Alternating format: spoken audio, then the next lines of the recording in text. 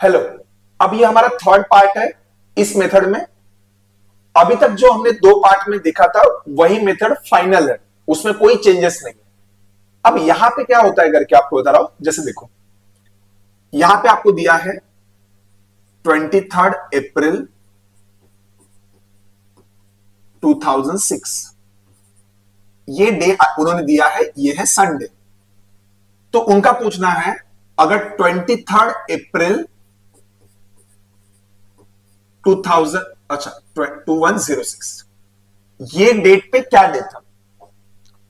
अगर अभी तक हमने जो मेथड पढ़ा है उसमें रेफरेंस डेट की जरूरत ही नहीं है, बट अगर इन्होंने रेफरेंस डेट दिया है तो आपको एक बात बस चेक करना है, वो क्या है देख लीजिए।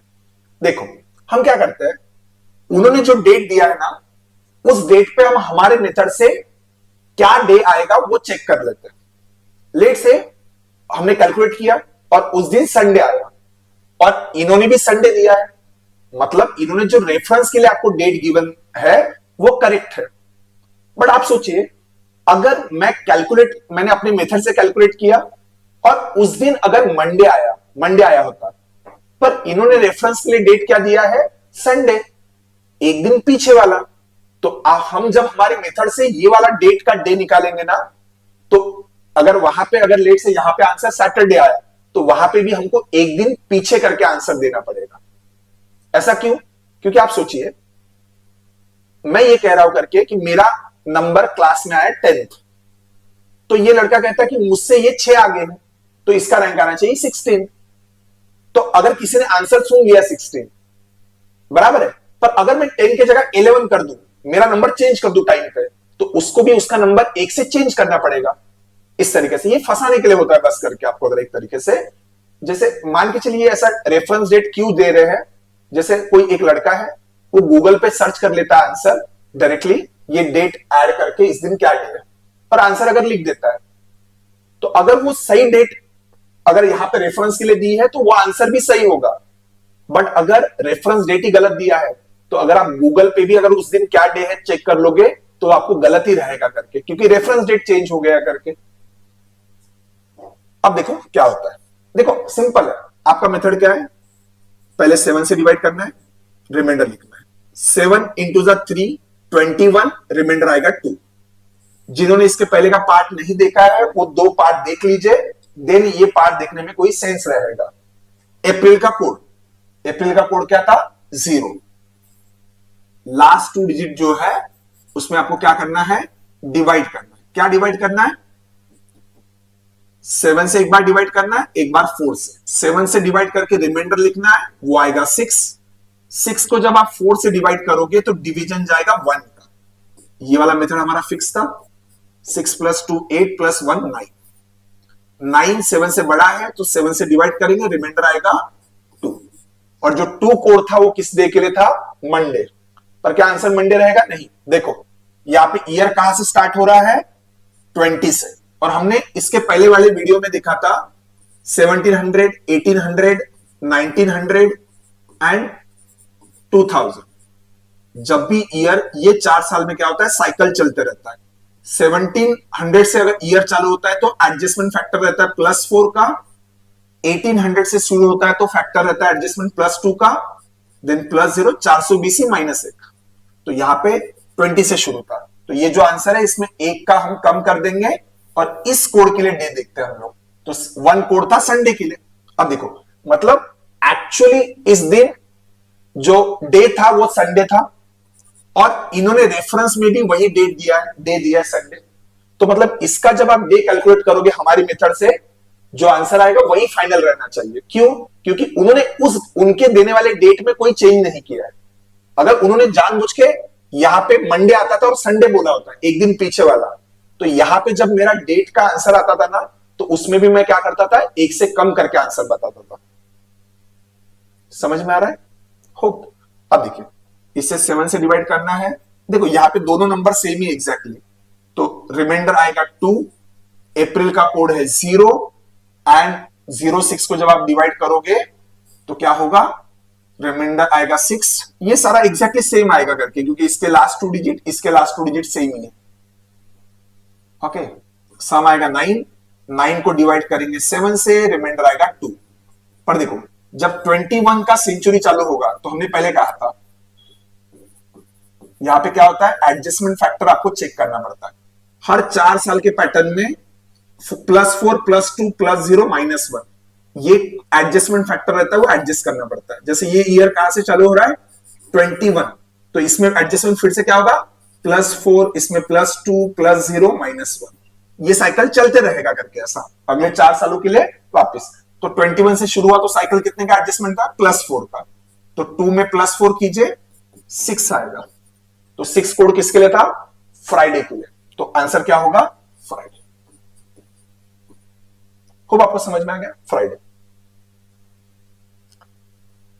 देखो अगर रेफरेंस डेट अगर आपको सही दी है और आप चेक कर लेना यहां पे आपके मेथड से और उन्होंने जो डेट गिवन है अगर वो सेम है तो उन्होंने आपको सही जवाब बताया एक डेट का, तो आप हमारी मेथड से जो भी हम सॉल्व करेंगे उसका जो आंसर होगा वही होगा।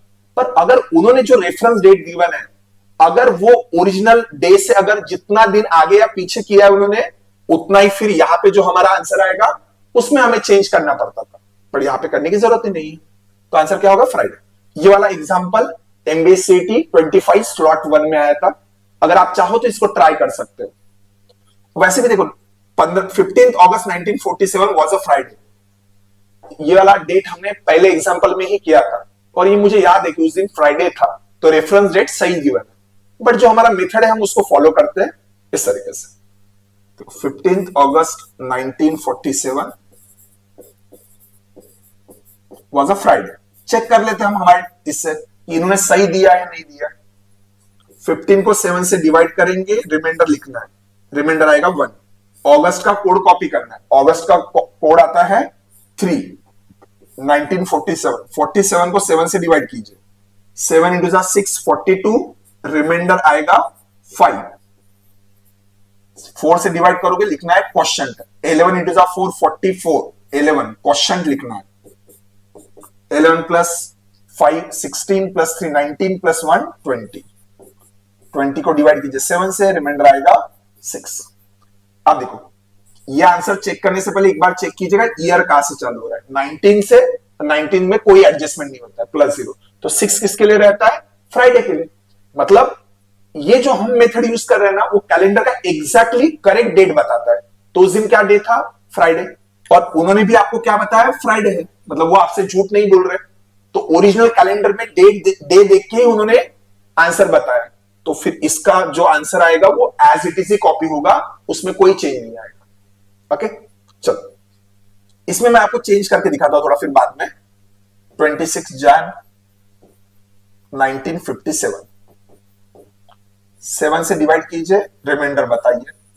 7 इंटू 3 21, रिमाइंडर 5। जान का कोड, जान या फेब रहेगा तो चेक करना लीप ईयर है या नहीं है।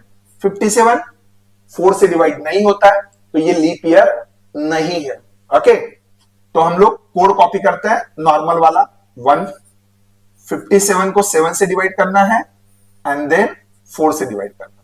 7 इंटू 7 49, 7 इंटू 8 56, रिमाइंडर आएगा 1, रिमाइंडर लिखना है।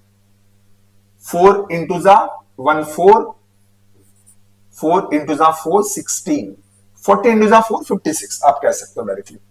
14 plus 2 16, 16 plus 5 21, 21 divided by 7, remainder आएगा 0।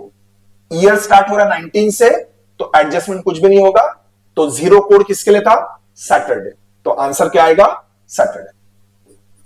अब देखो इन्होंने हमने जो डे निकाला था वही डे उन्होंने भी दिया था, तो उन्होंने करेक्ट कैलेंडर चेक करके ही आंसर दिया था, तो ये वाला आंसर भी क्या है करेक्ट है, तो आंसर क्या होगा सैटरडे, पहला ऑप्शन। देखो अभी मैं ये कह रहा हूं कि उन्होंने अगर ये रेफरेंस में फ्राइडे की जगह आपको जानबूझ के वेंसडे दिया होता, वेंसडे, तो फिर यहां पे क्या चेंज आता था मैं ये आपको समझा रहा हूं। देखो जैसे मैंने अपने मेथड से कैलकुलेट किया, यहां पे मेरी साइड से आंसर क्या आया था code 6 and 6 is for Friday, पर उन्होंने जानबूझ के आपको क्या कर दिया 2 दिन पीछे वाला दिन बता दिया वेंसडे, बराबर है। तो अब मेरा जो आंसर आया है तो मुझे उसको भी करेक्ट करके बताना पड़ेगा। आप सोचे ना अगर मैं ये कह रहा हूं कि मैंने खाना खाया था फ्राइडे में, तो उसके 3 दिन बाद क्या दिन आएगा?